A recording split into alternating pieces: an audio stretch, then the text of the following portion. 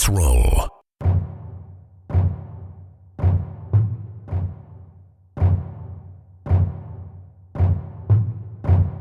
This is Countercharge, your podcast for all things Kings of War.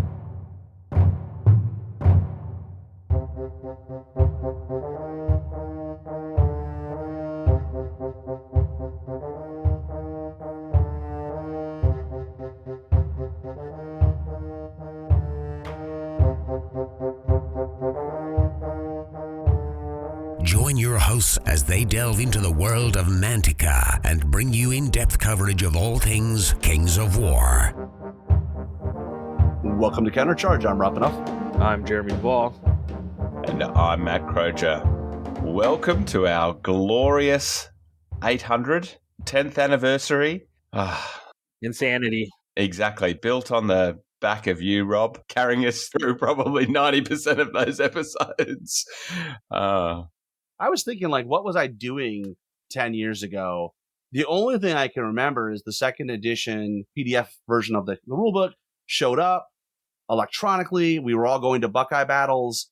That's when we made the switch from Mantic Radio to Countercharge, because this new triumphant product, the second edition of Kings of War, was so glorious.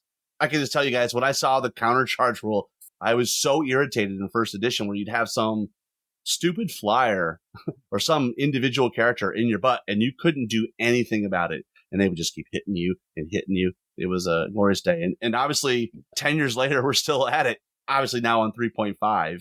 What do you guys remember? Yeah, it's crazy that it's been so long. I wasn't a first edition person, right, Rob? I was one of the Summer of Sigmar, summer of 2015, where second edition had just come out. There was the change to Age of Sigmar.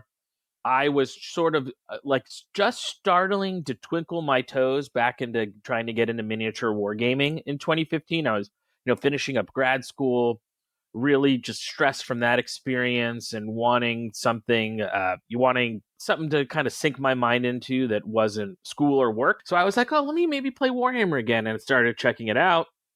And boom, Age of Sigmar happened. I tried that once with a friend of mine, and it was back in the Wild West, hurly-turly, rough and rumble. If you do a 6-shot dance, you get extra dice, the crazy. And I was like, this is not for me. And then I heard on Independent Characters podcast, which I know you're a fan of, Rob. I love that show. Bunch of great guys. So I would listen to that. And I wasn't even super 40K2, Rob, but I loved that show. And they were kind of talking about, in the change to Sigmar, what were the other options if you still wanted to stay in that rank and flank world. And one of the things that came up was Kings of War. And I got the rule book, the old second edition hardbound that was kind of the weird size. And I was like, at the time I was working for Intel, and I had the coolest job. I was in asset reuse, which was basically Intel has an internal Craigslist where you post stuff you don't want, so that if I need X from someplace else, instead of buying it new, I'm going to get an Intel facility in Malaysia to ship me the 3 chairs I need or whatever. The Intel facility I was at was like a warehouse for all those items. So that was my job, is I worked for Intel's internal Craigslist. And I remember the craziest things. I once found $15.4 million worth of chips that was in a crate that people had forgotten about. And it was like in a storage shed in the middle of nowhere. And they was like, we were looking for those. And they were like, good job. And I got like a free soda at the cafeteria from my boss because I had found the company $15 million of whatever. Long story short, here I go. I'm rambling. I would listen to podcasts because I would always be working, always be running around. And then that's when I found Countercharge. And the first episode that I listened to was Dan King was on the first Undead Army review. And then that's when I started listening. And then I went and did the back catalog, which was those first few episodes that were around how the game plays, which as a new player, what I really loved, and I think it's something we've kept in the DNA of our show, was very accessible. It wasn't a podcast that sounded like it was only the cool kids club or so technical or whatever. I felt like I could pick it up and just listen to the podcast, and it was so easy to listen to. And Pat Zoro Allen came on soon after that to talk about the douche canoe and his championship from US Masters. Yeah, that was back in the days when it was still you and Andy and Mark. And I really loved that episode. And I thought it was cool that that Pat was from Texas, because at that time I had family from Texas, but I had no idea about anything. And then I began to hear, how big the Texas Kings of War and just miniature game scene was. All those early episodes was super fun. But one of the first things in Countercharge where I really felt connected to the community was those Army in a Weekend challenges. Yeah.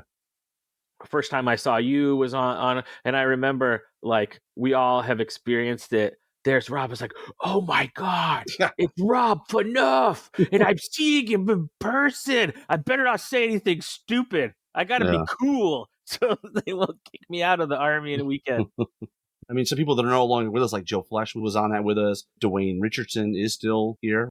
Yeah, it was a great time, and we need to get back to that, I think, at some point. But where we are now, we're a little bit farther along with families and careers and stuff. It's harder to carve out that kind of time. But yeah. What about you, Matt? Do you know, I was just pressing next on our website to try and figure out how far ago for the podcast I joined. Almost exactly 50%. So around episode 406, 2020, 5 years. So had been into Kings at that drop a second. Funnily enough, my memories are fairly similar to Jeremy in terms of, that time of getting into it. And I'd only just been back into tabletop gaming when, everything went kaput. And I was just thinking that, like, back at around about that stage, even podcasting hadn't been huge for a long time. What a trendsetter you were, Rob. To be fair, all I was doing is copying the Australians who had Podhammer. Buddy David Witek had Garagehammer for Warhammer Fantasy. So, like Jeremy, that's what I did. I remember listening to those guys on their Warhammer Fantasy podcasts several years before. Heel and Hammer is another one. Dan Heelan. Yeah. I listened to a fair bit of Heel and Hammer. They were big inspirations, to me. Yeah, absolutely. And so, that's what I remember. And certainly memories of Countercharge is, it's funny that Jeremy remembers Dan King playing Undead. That was back when Dan King was good, right, Jeremy? You know how it is? It's like the old school rocker who it does all the arena shows, and then you're driving by your local casino, like mom and pop's casino, and it's like, this weekend Air Supply. No, so every now and then we're Rick Springfield at Thunder Valley Casino this weekend only. But you still, every now and then they still rise to the top, and we love Dan. If you happen to be listening, Dan, I'm just winding you up, mate. I think you did win a tournament recently, actually. The king isn't dead. I think he took a little bit of a break, but I think he's back, and be curious to see how he does at the upcoming Clash of Kings. Tied into that was that back then, Jeremy was building and playing with an undead army. And that's what I remember, was listening to Countercharge and listening to, Jeremy's triumphs and non-triumphs with his undead army. But to be fair, you didn't know back then that 10 years later, he would still be building that undead army. That army, thankfully, was my first of the 2 Kings of War armies that I have after 10 years. It's funny because the undead was my army, too, my first army in Kings of War. It was one of those Halo-type armies back then, wasn't it? It was just, a good old trope, really popular at about the time of the changeover. And certainly in that early edition, they were really good. We talk about the zombies and skeletons, and that's what I got first when I played Undead, is I wanted to get some Mantic models. And those models are still cool today, and this was 10 years ago, right? And they were cheap. So I was like, I'll start with this range, maybe. Yeah, that was back when they tried to complete ranges, Yeah. But, hard to believe that it's 10 years, isn't it? Funny, we're sitting here, though, reminiscing about 10 years on Countercharge, and we're on the verge of 4th edition. Jeremy, I'm expecting them to maybe say something at Clash of Kings about the timing, right? Maybe this is a good opportunity before the cat's let out of the bag, because no inside baseball here. None of us know what's going on. I'll just chime in. What do I want? I just want 4th edition to be awesome. I want the rules to be reset, right? I want the master hand of Alessio Cavator to come in and really streamline things down, but not so far to make it chess. Mantic will ensure that the narrative piece will be, continue. Will continue. I just hope that they communicate. Here's the book. Here are the armies that are going to be in the game going forward. I guess what I would the metaphor I would use is, let's just pull the Band-Aid off, right? If they're gonna sink some armies, let's just do it. Let's not beat around the bush. But what are your kind of hopes and dreams, Jeremy, for 4th edition? Well, I mean, I'll talk to the things I love most about Kings of War that I hope as we move forward are continued to compounded on by both the game and the community. I love the idea of a minute to learn, lifetime to master. So I really, hope as we move into fourth and fifth, that still should be part of the vision of Kings of War. Because in the milieu of bespoke rules design, when we're trying to achieve this analysis, synthesis, and creation of our hopes, dreams, and wishes, when you look at that minute to learn, lifetime to master, I think that is an element in a lot of Mantic games. I would say that about Firefight. Really simple rules, really easy to learn, but yet really deep. And I just want to continue to see that philosophy as part of Kings. Yeah, I think if let players know where they stand. That's how I feel about the army issue, Rob. Just let us know. Pick your armies, put it out there, say what you're going to support. The earlier you let them know, the better once that decision is made, I guess. And then I really look forward to Mantic continuing to utilize the Vault in 4th edition. We've always talked about, wouldn't it be interesting if they release a whole faction that way, or do something funky, or, again, I don't know anything about their production timeline, but that would be super fun.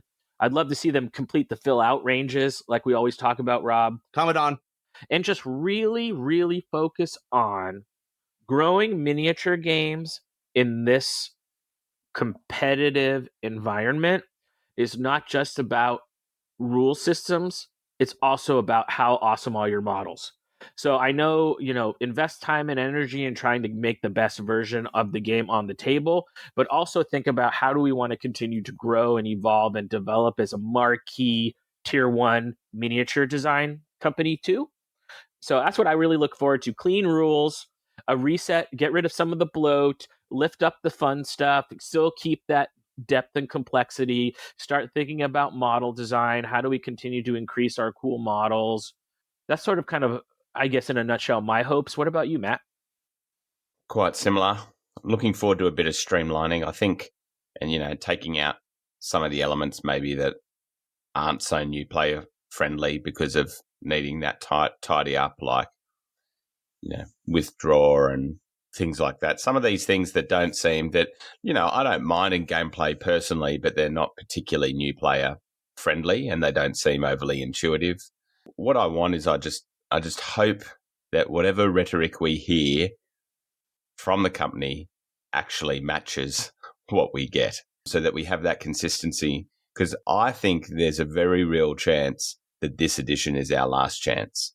We grow a bit now, we have a great game and things like that, but that who knows how long massed rank and flank has left on tabletop if we, unless we get, a bit more money pouring in, because at the moment I don't see big reasons why they would continue to keep pouring money into it, unless they start to see some return. Well, on that dour note, let's get into the hobby. I'll just start, guys. I don't have any hobby outside of, I now have a 3D printer at work.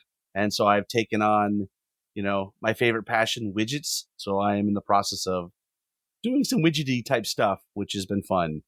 And learning a new hobby, which is 3D printing, all in the same vein, which, Matt, it's a lot easier, I imagine, 3D printing at home because you have access to the printer. Mine's at work, but it's been fun. Jeremy, how about you? What's on your hobby desk?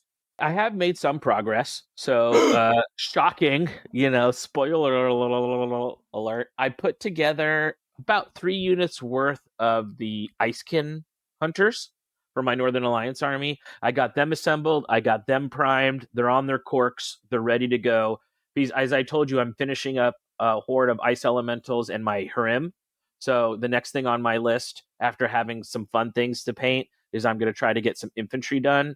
So I have those all ready to go. I'm still working. I've been actually talking with our friend Dwayne Richardson about what I want to do for my ice naiads. Since the theme of my army is ice elves, I've thought about taking the half-elf berserkers and the icekin naiads and doing like a conversion of I can give them spears, the berserkers, and like the ice shield, so I can make them look like elf spearmen. Basically, ice themed, using Mantic models, northern elf spearmen type. And I was going to use those as my naiads. I felt that kind of fit the defensible slog infantry. So I've been working on that conversion. I did some work around basing, of getting some bases ready. From my super expensive, I better use every single stupid piece of that 3D print order I got from the UK. So a little bit, but just like you, Rob, work is pretty busy right now. So, but still trying to get some stuff done so that a little less ammo for your guys' cannons at the end of the year to berate me. But what about you, Matt? I do wonder if anyone has ever paid so much for some basing pieces. Poor fella. Yeah.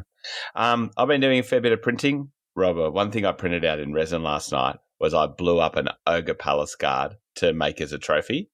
So it's about 11 centimeters or 12 centimeters. How did it come out? It looks nice. I managed to get it into Fusion 360, and thankfully it was one of the models that they have when you load it back into the proper program, the pieces automatically come together. So then you can export it as one piece, and I just printed it at one piece, and it actually comes out really nicely.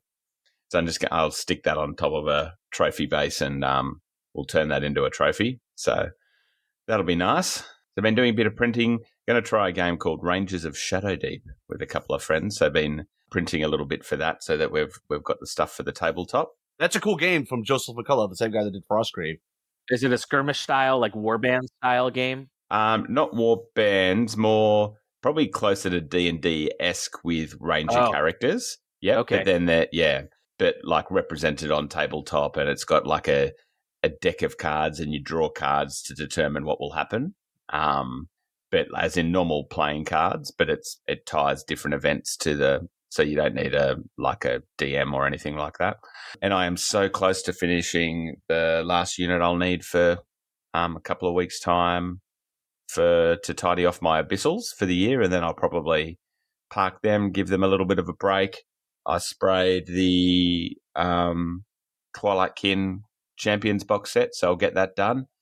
And then I've just got to figure out, because I don't believe that's necessarily going to count for my final goal of another army. So I'll have to find some points to do of one of the other armies. I'm thinking that's either going to be some chariots for Bocelia, or I've got some of the Vault Dwarves printed to be some dwarves in the Northern Alliance. So we'll see. I'll make a decision there.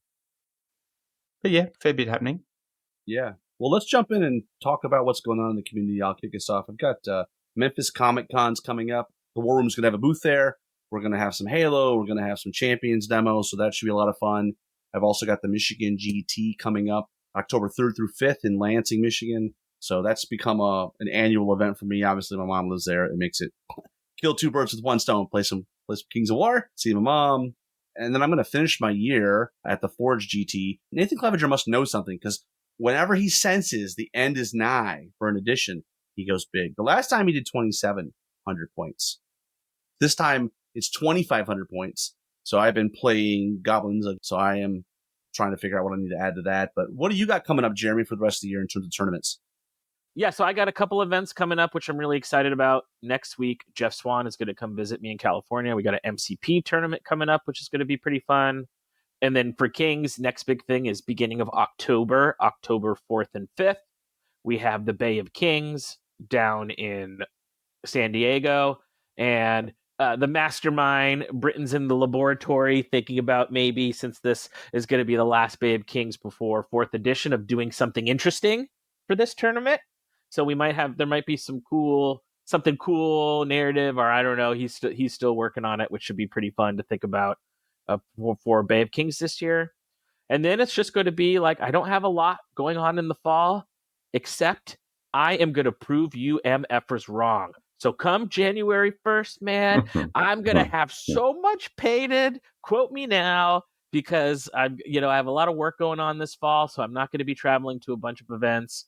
So I just am going to lock myself up in the cold California winter of 58 degrees, where I can't wear shorts outside, and just be painting and get those Northern Alliance ready for next year.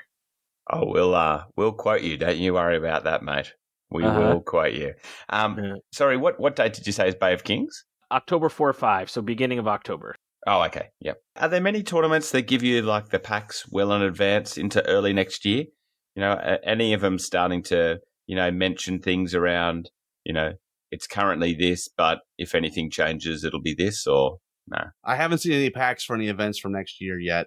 Okay. Well, shall we take a brief break, Rob, and then we'll come back with your comments on recent episodes? I'm Darren Parks, the People's Champion, the Prophet of Kings, and the Messiah of Mantic, and you're listening to Countercharge. So welcome back to Countercharge. Next up, we have a few comments, and our first comment is from Batman. Says, really looking forward to Epic Warpath shipping soon. I'd love Epic Kings of War to land next. It seems to be so much easier to make big ranks and flanks armies at that scale. Just look at Epic Hail Caesar from Warlord. I think that other fantasy ranks and flank games are doing fine. The new armies for the old world and conquest are beautiful and popular. A Song of Ice and Fire still has a big tournament scene, so I can't call them stagnant, but there isn't much in the way of 10mm fantasy games with Warmaster gone. I hope Mantic can try it. My comment here is if Epic Warpath lands really well, then maybe there's some hope or some interest for them to at least start thinking about possibly doing 10mm Kings of War. Hot take. Maybe the future of rank and flank gaming is epic scale. I've been playing Kings of War with Warmaster models for as long as we've had second edition. It works great. I would be really excited to see that. And I know painting those armies would be very easy as well. Just drag a brush over them almost. Yeah.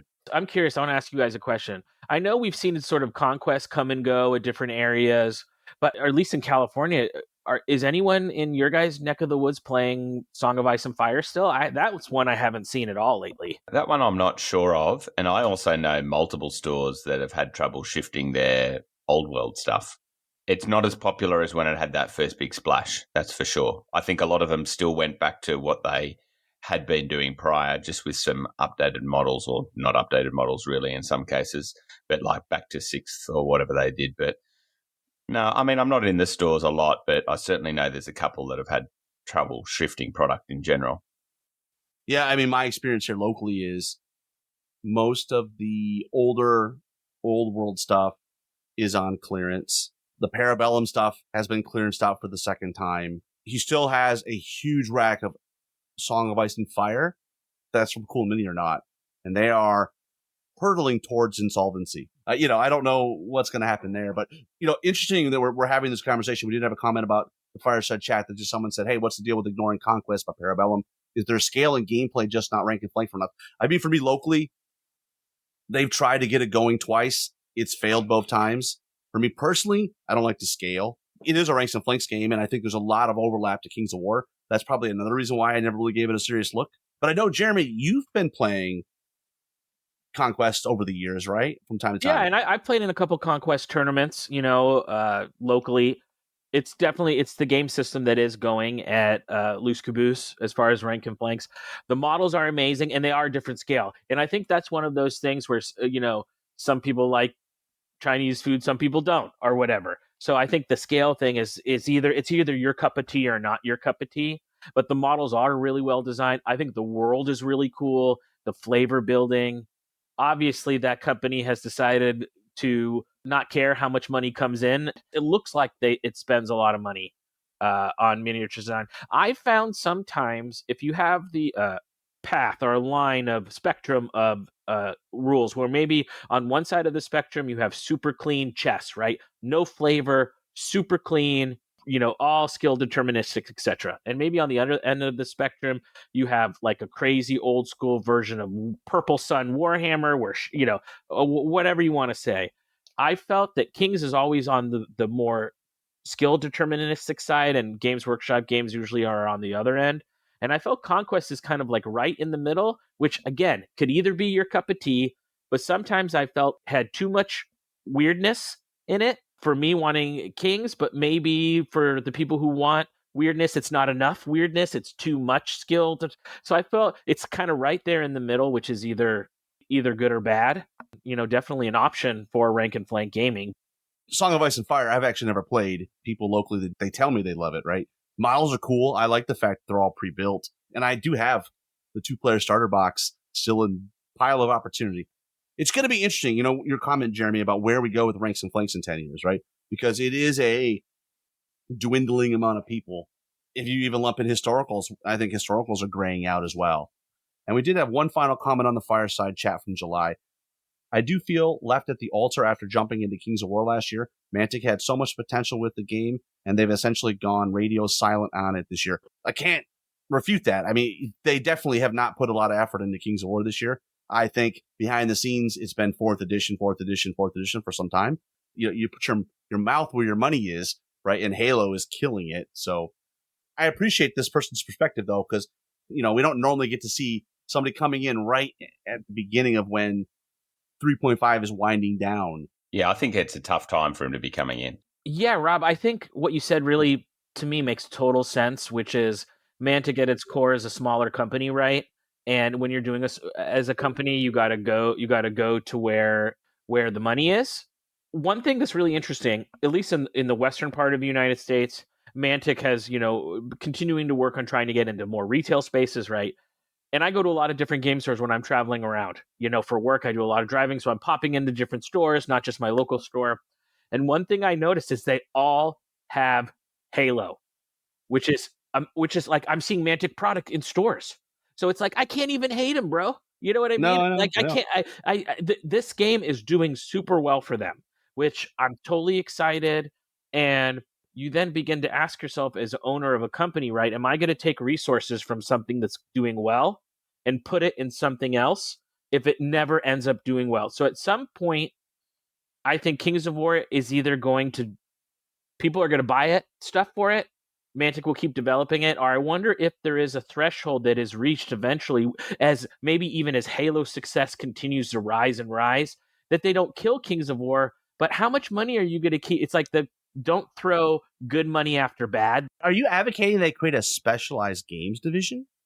That's an interesting question, right, Rob? I imagine every company has a break-even point, right? Well, eventually, and I'm wondering if this is what you were speaking to, Matt. I don't want to speak for you when you were wondering of, is Kings on a clock? Or is this game style on a clock? So I hope they make a product which is great. And the other side of that is people get off I don't want to spend any money for the things that I enjoy. Give it to me free, wah, wah, wah, and actually pay money and go buy things of the things that they want to do. What we can definitely say is that over the last couple of years, they have tried with the model thing, right? They've had some misses, but they've been trying. And what hasn't happened well enough is the community hasn't supported them with getting their dollar behind them. That's just a fact, unfortunately. So I hope we get something that, encourages more people to buy and to try new armies. I have a sneaky suspicion that the radio silence may not continue much longer, because I think Mantic will be well aware. Often they have been well aware of when they're putting out things, and they'll be very well aware it's been quiet. And, their small sales will have dwindled to almost nothing, and they'll be wanting to do something to boost it. You may not have long to wait. 121519971155. They've been around, 15 years, I think, at this point. They have always had a focus. And then when something is the focus, everything else sort of falls away. That's just the way they've done business. And if you compare them to Corvus Belli, that's a good comparison to make. Corvus Belli has like 3 games. I'm assuming they know they don't have the resourcing to, get their hands into 10 different cookie jars. And so they really focus on what they want to put out in the world. Mantic is a little scattered. Nice thing I can say. On the episode when it came out last week, where we talked with the guys from Texas, I mean, we were trying to figure out how many games they make. It's probably 20 games or something, 25 games. They've made a lot of games in 15 years. To end that on like a positive note, I really want to highlight what Matt said, which is a lot of their stuff has been getting better. And one of the coolest parts that I love when we do these firesides is looking at what's coming out on the Vault each month, right? And they've done, the Vault is killer. Like, we love Mantic, right? That's why we have a podcast for all their stuff. So even when we critique them, it's within that sort of umbrella of no matter how good you're doing, you could always be doing better. Absolutely. And on that note, let's jump into the Vault. He's the Segway King, isn't he? He is. We're recording this at the end of August, right? So the September previews come out. I want to get you guys' take on this. The last couple months, there hasn't been quite the quantity of models, but there's been some really impactful, interesting pieces in there. This month, it looks very sci-fi focused, right? It's a small collection this month in September. It looks like the remaining pieces from the Champions base set There's a few of the Leagues of Infamy Goblin characters, and then maybe some more Ratkin folks that maybe those are the metal models that were part of Vanguard. And then they just have some sci-fi stuff, including the Tunnel Runner, which is a great ad. So my perception is it's sort of the selection's getting smaller. I wonder, if I'm just speaking out loud here, are they running out of 3D printed sculpts?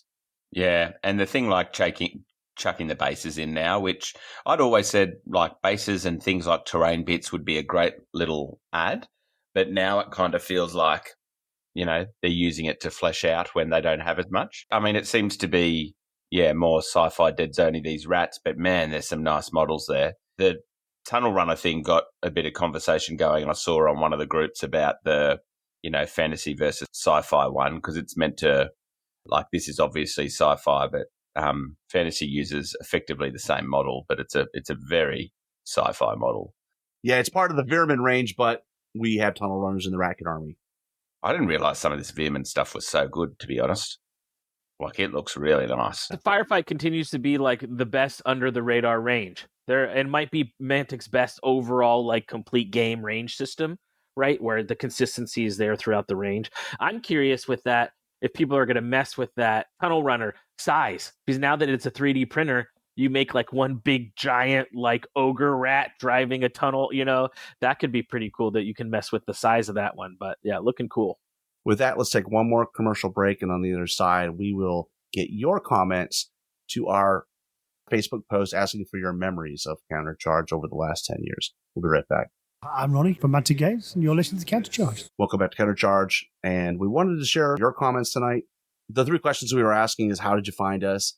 What was the first episode you listened to? And what's been your favorite episode from our catalog?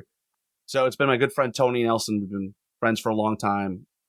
Met him at Brawler Bash a million years ago. He got his first game at Kings of War at my house when he was living in the Memphis area. And his response is, question number 1 was, I heard about it when Rob Fnuff stuck a microphone in my face. That sounds on brand for me. And then he said, the second question, which is, what was your first episode that you listened to? He says, first episode was Countercharge number 1, was listening to Countercharge when it was called something else. I honestly can't remember what it was called, something like Mantic Radio or Ohio Hammer. It was Mantic Radio, which was affiliated because obviously Ohio Hammer was the Warhammer version that predated all of that, from our buddy Andrew Sherman. And his favorite episode was, I like the Army's faction episodes the best. Probably the Ogre one with Jesse arguing for Strider on the Mammoth, which is funny because that eventually did come to be. Next, we got Felix Castro. Our buddy Felix, how did you find us? He said, I think I just searched for it on podcast app, or maybe saw posting about it on Fanatics. I don't recall because it was 9 years ago, as we say, to just how long this experience has been. 2, what was the first episode you listened to? Again, he can't quite remember, but he thinks it was one of the earlier ones with Alessio, right? We had Alessio on a bunch of times over the years. Including one time when he was making Terminator Genesis game. Yes. So he's been on lots of times, and spoiler alert, he'll be on again. Hey, it's me, Alessio Carvatore. We got to get a new bumper, guys. That bumper is 10 years old. I used it in the upcoming Slaves episode. I have to tell people this. The bumper we have is like, we asked him to do something funny, like an Italian funny thing. We also got a serious one, but the serious one was damaged. We could never use the serious one. Alessio Cavatore, and you're listening to Countercharge. So every time we wanted to use the Alessio bumper, it had to be, it's me, Alessio. You know what I mean? Hey, I'm Alessio Cavatore, and you're listening to Countercharge. And so I am really looking forward to finally fixing the problem we made 10 years ago. When we asked Felix his favorite episode, definitely he says he loves having been on that episode with Duncan Rhodes when he first came on to talk to us about the Too Thin Coat, or, all stuff Duncan. We've had him on the show a couple times, so thanks to him. Jason Murray, he first mentioned, a friend of his first mentioned to him, Aaron Kingman. First episode was 685, which when you think about it, 685, I'm like, bro, you just barely started to listen to us. But yet again, how many? We're on 800 now, right? It's just insanity. He says a favorite episode, super difficult, is either 572 or 613, as they're about his 2 favorite armies, the Salamanders and Abyssal Dwarves. But he loves List Builder Studios for a great source of insight and inspiration. I tell you what, that's commitment, going back and finding the numbers. Good on you, Jason. And then we've got Ui Jian with a very succinct response. He heard about us on Facebook. His first was the Night Stalker Army Review, and his favourite episodes are List Builder Studios and the Army Reviews, which we're almost complete, Rob. Little inside baseball here. I appreciate you giving me the audio challenge of a lifetime. We had some interference demons. I think it's listenable, but man, it was a lot of effort. So appropriate that it was on the Rankin Slaves Army Review. It's on brand. Yeah. So next up, we have David Musgrave. For question 1, he says, probably off a Fanatics Facebook post. I was thinking about this. We don't spam anymore. Back in the day, like 10 years ago, we probably did do that. Yeah, and to be honest, I just can't be bothered. Yeah, that's probably true. That we just, at this point, I'm too lazy to spam it. Maybe, if you're listening to this and you think we should be spamming more on Fanatics, please let me know. His answer for question 2, he says, as far as I can remember, 476, the Green Lady Army Review. That's got to be the first Green Lady Army Review, because we just did one not too long ago. Yeah. Well, because that would have been in second edition, so they hadn't been and not that long after, a couple of years after. So it would have been the first, I reckon. His answer for number 3 is a tough one. List builder ones are great and work nicely as background. The army builder ones, I have to pay attention to. We got Ian Kane. No idea as far as what brought him, but I suspect it would have been via the main Fanatics page. He had to scroll a long way back, but he was thinking Countercharge 161, which I wonder what that was. We probably should let the cat out of the bag, too. Our webpage does actually have a search engine. We just didn't make it huge and put it at the top. You just scroll to the bottom. You can search. And also, I think the first 50 episodes, there's a link getting you to the first 50 episodes as well. And then for his favorite type of episodes, he loves Army Reviews. Fireside Chats have been a good addition. I think we all feel that way, right? We've all liked, since we've added the Fireside Chat as an episode style. Anything with Ronnie, he loves to listen to. And a recent series on building the nightmares for pure hobby inspiration. Well, stay tuned. There's another one coming. Dan and I have been talking about our next army for next year's Blue City Brawl. Obviously, a possible 4th edition release might impinge on it a little bit, but we're at least talking about it. So more to come. Steve Hildrew asked me and Jan to be on a podcast I'd never heard of before at Shroud of the Reaper in July 2019. Episode 347 is the first one, the one that he was in.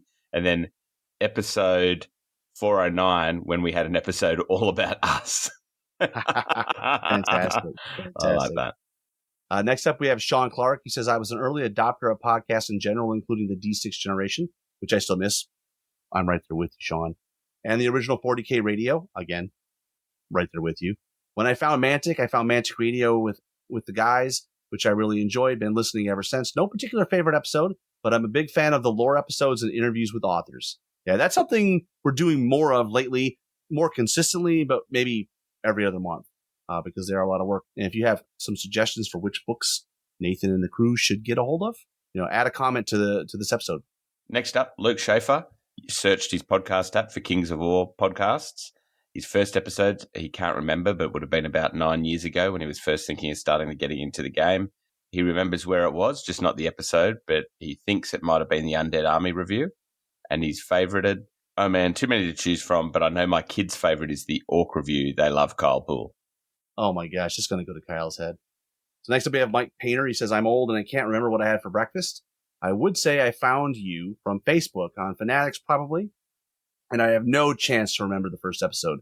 Currently, my favorite episodes are Marcelo and Luke's List Builder episodes, as well as their Green Lady Army review. For the longest time, I was struggling on how to play Alpha Strike, and they were very insightful. We've had a lot of good ones lately, but that one's a high watermark for me as well. Okay, next we got Paul Collins. He saw a post on Fanatics with a list of podcasts. The infamous Rift Forged Orc review was his entrevue into our world. Did you do that one, Matt? Yeah, I'm trying to remember what made it infamous, or is that because of the jokes about Thonar? I still can't because it's so bad. It's so bad it's good. That was that was Nick Legrand, I think, saying something about how do you find someone who uses Thonar.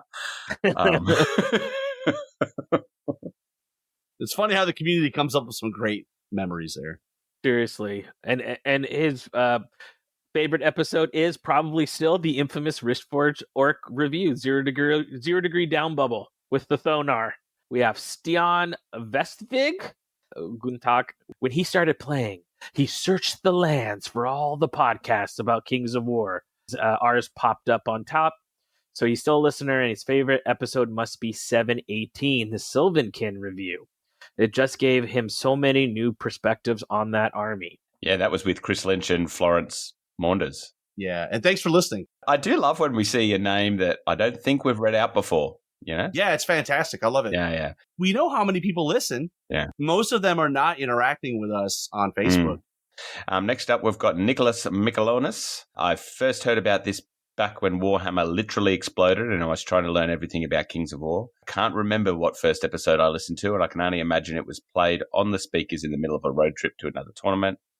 Last, my favorite episode is ranked in 1, whichever one my friends are on, 2, whatever ones I'm on, and 3, whatever I'm listening to right now. Now, I love Nick Michelonis, and he's the type of guy, when you meet him, I'm like, you're either a nice guy or one day you'll wear my face in your basement.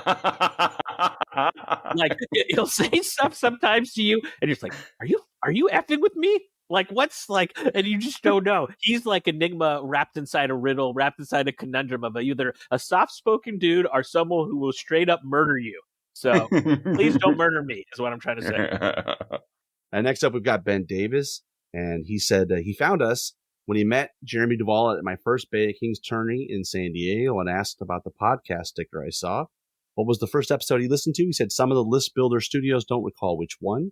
What's been his favorite episode from our catalog? As a noob, the old Ogre Army Breakdown was super helpful. Hopefully that gets updated for the next version. And then he said, oh, and also the Best of the Rest 2, where I got to hear some Vikings versus Lions trash talk. Go Lions. Yeah, I got to talk trash with Shilkin's kid, Tyler, so that was a lot of fun. And finally, we do have a few of your comments from the Kings of War forum. First up, we have Dark Black. He says, I got into Kings of War in 2016. I'm fairly certain that Countercharge was a major reason for me to get the whole listening to podcasts thing out back then. I probably heard about Countercharge on Fanatics or the old Mantic One Kings of War forum. If you're really old like me, you remember that, when Mantic had like official forums. I honestly don't remember which episode I heard first. 800 episodes is too many to choose from. But he says, in terms of ones he likes the most, army reviews are always appreciated. List builders were great when I was more competitive. All your efforts to bring Panathor lore into the spotlight are fantastic. On principle, and interviews with Ronnie are always fun. Chats with any passionate wargaming are interesting. I really enjoy the newer formats of the Fireside chats in the Lore Masters library, though I am a bias toward the latter on account of having been involved myself. Next, we got Rory. When I got into Kings of War, it was about 2 or 3 years ago, and it was logical to seek out Mantic Kings of War podcasts to listen to on my commute. A couple that came up were Countercharge, Direct Misfire, and the rest is history, he says. I think sometimes the Kings of War community misunderestimates how much Kings of War related jargon there is in Kings of War related podcasts. That's really interesting, right, guys? It's like stuff that we take for granted what it means, right? I remember in the early days being frustrated when people mentioned things like chaff or the meta and were not easily immediately comprehensible to me. He's getting a sense of it better now. So he says his favorite Countercharge episode is the Ogre Army review. It was also his first episode that he listened to because he was kind of thinking about what his next purchases were going to be. But bearing that in mind, he loves hearing stuff from new players and learning more about the community. And he actually will go back and listen to stuff later now that he's a little bit more versed, and earlier stuff will make more sense. So thanks for listening, my man. We really appreciate it. Welcome to the community. Next up, we have Frederick Oslo, the man holding up Scandinavia on his own. I found you by searching for the Mantic or Kings of War on my Podcast Addict app. Between 2015 and 19, I used to save any episodes for Thursday evenings when I used to do my weekly overtime night. I would listen while cleaning the parking garage of where I worked with a ride-on floor scrubber, and I always used to turn the ignition at the same time as the Let's Roll part of the intro. That's a cool memory. Thanks, Fred. The first episode I listened to was the last episode of Mantic Radio, where you said you were changing your name to Countercharge. And then in terms of favorites, too many to choose from, but I loved one of the very first episodes where you had a recording from the last Warhammer Fantasy Battle US Masters, he believes, of each Masters rep going up to the podium and stating which system their region voted to switch to. And the majority came out Kings of War. I really got amped up and ready to give this system a proper go. I'm going to have to go find that, Rob. That would have been cool at the time. Thanks to Fred. He's been with us since the beginning, man. I can't remember a time in Kings of War where Fred was not part of the scene. Final comment from the Kings of War forum. We've got Dubren. He says, congratulations on 10 years. I found you guys via the community when I started getting interested in Kings of War and Warpath. My first episode was when you guys talked about the Brotherhood. Dwarves are my favorites in most fantasy and science fiction, but knights are also a big love of mine. Back when I collected Warhammer Fantasy, I remember having a love-hate relationship with Bretonnia. I loved a lot of the designs, but I just hated how their grim, dark aspect was them just being arrogant and abusing their peasants. So when Mantic took a crack at them, I was pleasantly surprised at how well they were done. The segment that always stuck with me was when you guys talked with one of the lore guys on how their 1,000-year-long watch over the abyss caused many to develop various forms of PTSD. I don't know why, but that just struck something with me. I loved how their dark aspect was what their vows to protect the world from the abyss costed them mentally. How they became more resentful of other good factions for not aiding them more, but would still give them their all in defending them. Everybody that gave us a comment, we really appreciate you taking the time to share with us your memories of the show. Here's to another 10 years.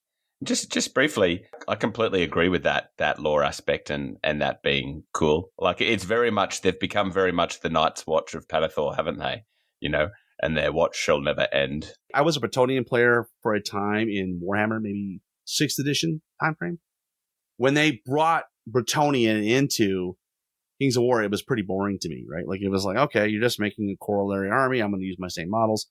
But I think as the Brotherhood developed, or actually was eliminated, I thought that was just chef's kiss, like some of the coolest narrative arcs that I've ever seen in a mass ranked combat game. Yeah, and Ronnie's talked about it on a lot of episodes of imagining the Brotherhood as this elite skirmish A-team. They're roaming the world because they lost their home. I definitely think it is a faction of theirs that I think there's more there, right? There's more there that they could develop with. Very cool.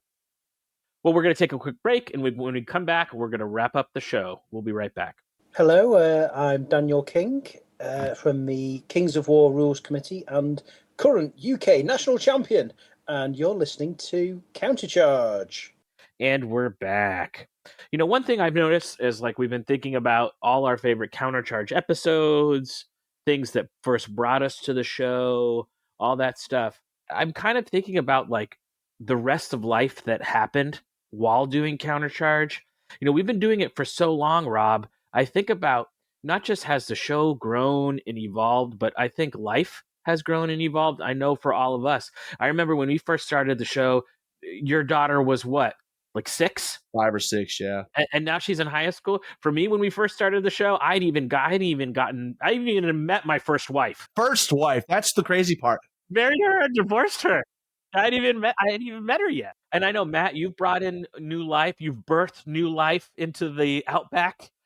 You went into the Outback and now brought new life. When we started, you know, the spermatozoa had not even met the ovum. You know, it was just, they weren't even a twinkle in my eye. So not only a shout out to our partners and all the partners in every gamer's life that makes them able to game, but I think that's interesting. Maybe we talk a little bit about that. You go first, Matt, like how the show has sort of incorporated itself into our lives in many ways. Yeah, and I think at points in our life, it is our hobby.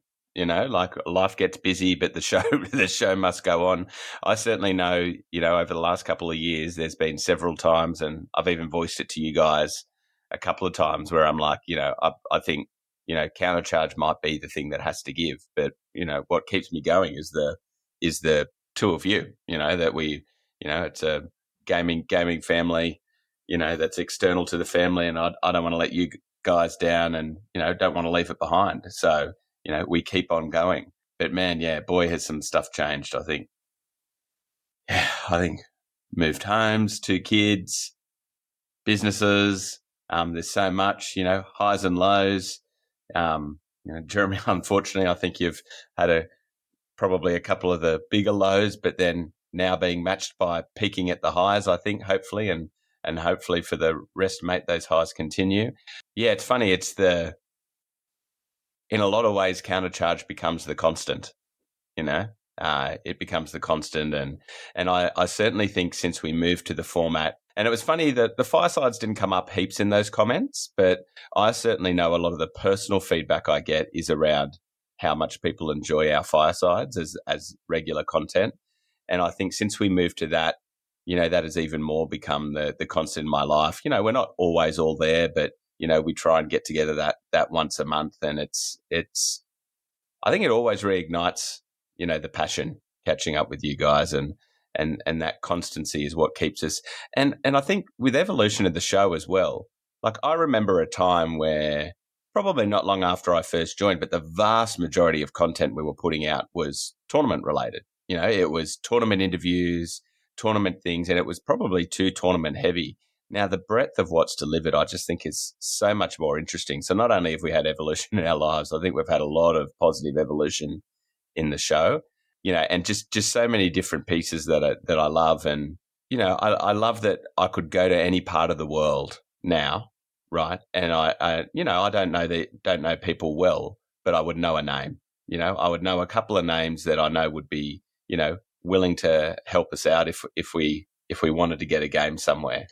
But yeah, man, and looking back, it feels hard to remember when it even started. And you guys have been going a fair bit longer. I think, Jeremy, you were in the 200s, I think, for when you joined, weren't you? Yeah, it's got to be somewhere late ones or early twos, somewhere in that range. I think you're right. Yeah, I think in life very much is like you're going down a whirlpool river. And sometimes in that whirlpool river, you're in the canoe, you got the life vest, you're doing the F4 category or whatever. And sometimes you're holding on to dear life to like a piece of wood in the swirling vortex of the flow of life. And I love that idea of thinking about the show as a constant, right? As a North Star or as that life vest. And I think it's really true. I think for us, and I think for a lot of people, it's why people love their favorite show or something like that. It's something that can come and be there with you and be a part of your life. And I know that's been our effort for this show, is to sort of make it that holistic point. But what do you think, Rob? I know for you, Countercharge in many ways has become such a big chunk of your life, right? Not just your gaming world. Don't make you say something with an emotional overlay. He doesn't like that. As you guys are reflecting on it, it's been around forever for me. If it didn't exist, I wouldn't know what to do, right? There's just it would be a huge hole. And the highest of highs, I remember the first few Adepticons that we were there playing the game, even before, even like Mantic Radio days, getting to meet Ronnie and the guys and really seeing that community start like with this germ, and it just sort of spread. And we're on the cusp of 4th edition potentially, right? And every time there's a new revision of the game, that stuff always pumps me up, and I just get so excited about what comes next. Matt, your comment about the evolution of the type of content that we do, it's like, I don't know about you guys. For me, I just get bored if we're doing the same thing all the time. A list builder is probably the one that still has stuck around in army reviews. You know what? Maybe it's just reflective of my interest, right? I am maybe a little less competitive now than I was back then. And maybe I am more into the narrative, into the, I've always been the hobby guy.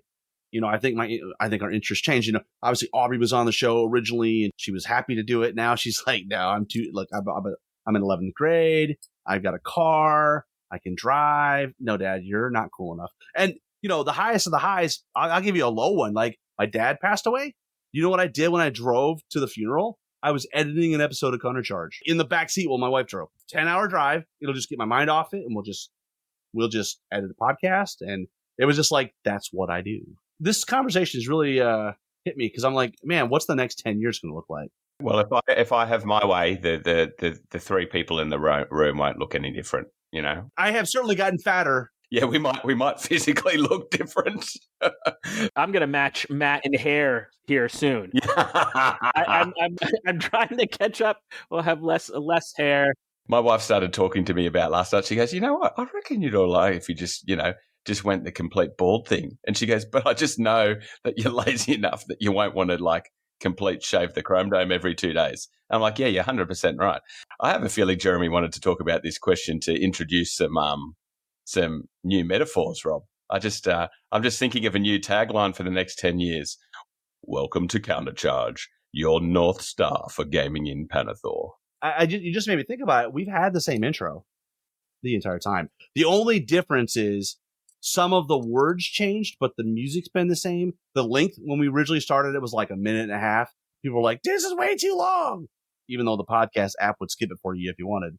But so we cut it down. But like, it's the same voice actor. We've had 4 or 5 revisions in 10 years, but it's kind of the same thing. It's, you hear that. Let's roll. We've played with it. We can't find wording that we prefer. We've talked about it a lot, like, especially when we were dabbling in firefight and stuff. It's like, well, maybe it makes sense to give a more modern intro, but like at this point, why fix it if it ain't broke? I think in the world today, there's so much happening that's focusing on what are our differences and what's pulling us apart.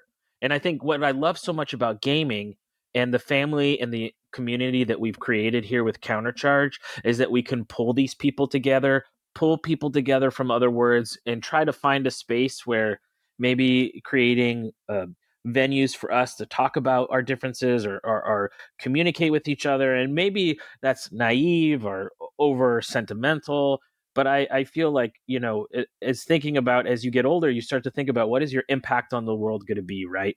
What are you leaving behind? And I know Rob and I have also talked about wanting not to be the last 2 people playing rank and flanks when we're 90 years old and gray. So hopefully we're creating an environment and a culture and a community that can take the next generation and teach them about games, and not just about concrete, but what it means to be a good sport, what it means to be a gracious winner, a positive loser, how, enjoying the hobby, realizing there's more to the world than just iPads and screens. And so I think we carry like a really privileged purpose, right? To share this love of ours, this thing of ours, as the mafia says. I love this thing of ours. Instead, they never call it the mafia, right? It's this thing of ours. But it's like trying to share that with people and do it in a space that's inclusive and that's caring, and that where people can come and have a home, like you said, when they do get divorced or when they lose a parent, place you can come where everyone knows your name, like we get to play the Cheers music. Sometimes you want to go where everybody knows your name, and they're always glad you came. You want to be where you can see our troubles are all the same. You want to be where everybody knows your name. You want to go where people know people are all the same. You want to go where everybody knows your name. I don't know if you know what you're doing there, but like that was Andy's line. Everywhere he went, he goes, I want it to be like Cheers from the beginning. One of our core tenets. And I think when you do it right, I mean, like, is there anything more like Z-grade celebrity than being a podcaster? I'm still shocked if I meet someone who goes like, oh, like, you guys were the first thing I heard that got me into Kings of War, or, something like that. And I hadn't thought of it before I said it, but I think constancy can be a big deal. And, people, you may not realize the value sometimes, I think, of constancy, but, we don't, I hope it's not gone before we appreciate it, more. Yeah. My God, haven't we missed Jeremy? Haven't we missed him? Hey, we needed some of this love back in the world. Well, I say you need like the bat signal, but instead of the bat, it's like a giant heart. And you just show like a heart symbol into the night sky. And here I come, and I'm like, let's all give each other a hug, bro. Yeah. It's like a Care Bear, shooting his heart song or whatever. Paige has to come in with that. Give us a Care Bear of Jeremy shooting his heart song, Paige. Totally. We haven't had a meme for a while. When people ask me like who want to get into podcasting or it's something I love in other podcasts, it's authenticity. And I think all of us have really stayed true in podcasting to who we are as people, right? You guys are way more snarky than me, and I love it. I just know that's not in my nature. Jeremy always calls me our resident. Yeah, I have a little bit of snarky in me. I'm more snarky than you let on. You cut so much of my stuff out. So much on the cutting room floor. All 3 of us have stayed true to who we are. And that's why our podcasts also change. Like what you saying, Rob, we do podcasts on, oh, guys, I got this new 3D printer. I'm totally psyched about it. I'm going to do an episode on 3D printing. Or, hey, man, I've tried out this new brush. Let's do a brush episode. So I think we've tried to do that, to stay authentic to who we are as people and not do an episode just because people want it that we don't like, or monetize the show or Patreon. That's not what the show's about. I was almost going to say, Jeremy, that if we want to put out peace and love and bring everyone together, though, with your heart signal going out, you can't put your initials out at the same time. We didn't even mention we had a comment from Batman. Yeah, Rob didn't listen. He said, I'm Batman. I'm Batman. I'm Batman. It's also funny, somebody mentioned the D6 generation, right? And that's a show that I always love because they had a rule that when they review something, if they didn't enjoy it, they just wouldn't talk about it. If you don't enjoy it, you don't have passion, then why am I wasting time spending a lot of effort on it? And I think this is, also there's a part of me in the friends that we gain and the friends that we lose, their voices will always be heard here. You can always go back and listen to a great Jesse episode.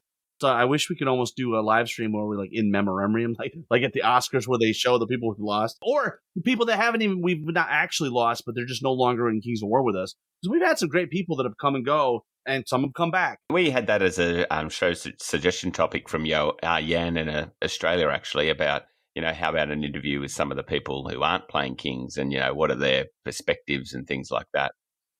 You know who I would get first? Darren Parks. That'd be the first one. We had him on lots of times, like when we first kicked off.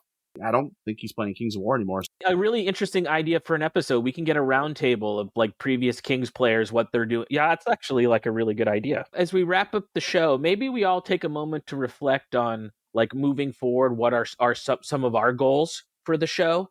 Maybe if we have any, I'll go first. I really want to continue, Countercharge sponsored the streaming coverage at this year's US Masters. So you can find all that coverage on the Countercharge YouTube page. I would love to see us continue to grow in that video space. Matt's been doing his great unboxings. Maybe we do more streaming. I had a kind of a revelation when we ran Masters. I had just as much fun running an event and being there than I did in playing it. I've been to Masters. I've done that whole thing. Maybe some of my energy in Kings of War gets more focused into growing events or growing our YouTube coverage. And I feel like a little bit less the bug to go out there and prove myself in tournaments. But I would love to see us continue to grow in that video space. What about you, Matt, in the next 800 episodes? What do you hope we grow in? Such a small number to consider. Yeah, I keep coming back to the video thing too, but Christ, I just do not have time. But we need some help there, to be honest. Randy Davis, we're putting out the signal again. Yeah, Randy, how many times does someone have to mention it to you before you help? Goodness me. I want you to help us learn today. Yes, please. But one thing I did record a game with a mate, and so like if there was a streamlined way to edit, I think getting some more actual video content of some games out there would be a good thing. To be honest, the first goal is I want to launch forth with a bang. That is the goal. Fantastic. Yeah, great. That's fantastic. Fantastic. Actually, to be honest, we'll be helping launch it with a bang without even knowing what we see, probably, because it'll be like first impressions rose kind of gear. But, I just want to help launch that with a bang, and let's see where we get to. Like, I don't think that'll be the biggest growth point, because I'm sure there'll be some stuff that needs tidying up, but that's our opportunity to kickstart the next 5 years. What about yourself, Robert?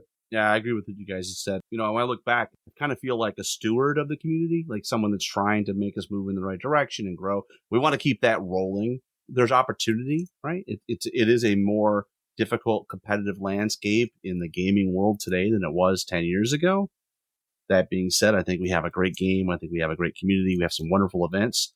I want to keep playing a role in growing that community and growing the fellowship. And I think, kind of some of the things you guys hit on, videos for sure. I have a metric ton of ideas for terrain videos, for example. That is something that could just spew out, because trying to do it on a podcast, which we've done over the time, it's not great. Like, it's one of those things you need to see it. Streaming coverage, I may or may not have gotten the bug and have been purchasing equipment. We'll cross that bridge at some point. Events, I think at some point, maybe we have a Countercharge event that's like branded Countercharge, and we really do it. And hey, maybe we even harken back to International Campaign Day, and Matt runs one the same time down under. I don't know, guys. It's hard to nail down what do I want the next 8 years to be. I guess I want more of the same, but continued evolution. Yeah, as long as in your stewardship you don't become like the steward of Gondor, my friend. We don't want to see him run flaming off a cliff. Well, I would like, yeah. I thought you were going to say I would like to see that. Well, no, but I'm already moving on from your guys' shenanigans. A countercharge con. They used to have a Manticon. Maybe I would love for us to, where our tournament is a weekend and we do Kings, we do Firefight, we do Dead Zone. We really try to showcase all the Mantic games we love, but we do the countercharge treatment, right? Which is like no expense spared, super high production value. Something like that could be really cool. How about this? If we enjoy 4th, we make it a 2 or 3 year in the planning gear, and I'll try and get there. Don't tempt me like that. We'll set a date 2 or 3 years in the future. I'll try and get there. I'll wear no shirt for you, Jeremy. We're instituting a new countercharge award. It's called the Golden Didgeridoo, and it's a special casting provided by Mr. Croger that you can win and blow, and it makes amazing sounds. I was going to say what happens is that best blow wins. Yeah, best blow wins on the Golden Didgeridoo. Wow, wow, wow. Rob's eyes are rolling into the back of his head. As you guys are talking, though, it made me just think about that. Matt runs Clash of Kings Australia. Our ex-co-host Steve done some great things with Clash of Kings UK. Jeremy, I'm looking at you. It's like, at some point, do we need to get off our duffs and really try to make this happen in the US? I think we do. I love it at Adepticon, but it's such an expensive event. I don't ever see us getting, maybe I'm wrong, but getting into 200 players. It's the same with why we moved away, we're same time as the con, but moved away. Because unless you get in that quick, you just can't get the numbers that you want. So, and they're obviously going to prioritize the big manufacturers at things like that in the ticketing of the game. So, yeah, maybe that's it. Well, the hardest thing would be, what state do we hold it in? That's a great question. And let us know, if that's something you guys would travel for, like a really high-end weekend of... A countercharge event? Yeah, a really high-end weekend of the countercharge Mantic-themed stuff. I bet you we could get a Mantic booth with swag, really make it like a really nice gaming weekend experience. Is that something you would go to, that you would travel for? Let us know your thoughts on that. Welcome to CounterCon, your gaming weekend for all things Panathor. The quest for the Golden Didgeridoo. Oh, could be narrative. Narrative for the quest for the Golden Didgeridoo. Okay, so we have requests for page for Jeremy Heart Emoji. Jeremy Care Bear Heart Emoji. I want to see Matt Croger as Indiana Jones in the quest for the Golden Didgeridoo. To me, that's like plenty of Indiana Jones. You get me an Indiana Jones outfit, that's like my dream. That's what I'm saying. And you're like this with the Golden Didgeridoo. Yeah, I've actually got a hidden Harrison Ford scar in this beard, Well, then I've there got you it go. right in the same spot, It writes itself, as they say. Well, on that note, we thank you for listening for the last 10 years, and we look forward to 10 more with you. Until next time, keep countercharging. Thanks for listening, and we'll see you next time on Countercharge. Please let us know what you thought of the show by emailing us at counterchargepodcast@gmail.com, on Twitter @countercharge15, or by commenting on the Countercharge Kings of War podcast Facebook group. If you enjoy the show, you can help others find out about it by leaving positive reviews on iTunes. Until next time, keep countercharging. Music is a composition of Kevin MacLeod and is licensed under Creative Commons. 1 second. You can edit this out. I want to look at the dates so I could say that dates. I might not. I might keep it in just to make it sound like... So we have a few comments from the Kings of War forum. Yeah. Do you want me to take it, old man? Yeah, I got one more time. And finally, we do have a few comments. I'm sorry, guys. We find we get about a good hour out of Rob now, and he starts to fade out, and then it's he's learning to read again. And so I don't know. Maybe let's maybe reminisce about. So let's maybe riff on that. Is I think not only has this show been a part of our gaming life, but I think it's been a part of our Countercharge has really touched a lot of things. as you're talking, like, rephrase that. So as you guys are talking, though, Or do you reckon we could time it together? we can try. Until Matt, next time, Matt, keep Matt, countercharging. Yeah. Matt, let's come together on 3. Okay. Okay. 1, 2, 3. Until next time. Keep counter. countercharging. You know what? Everybody record it separately, and I'll put it together. Oh yes, put it together. Yeah. Okay.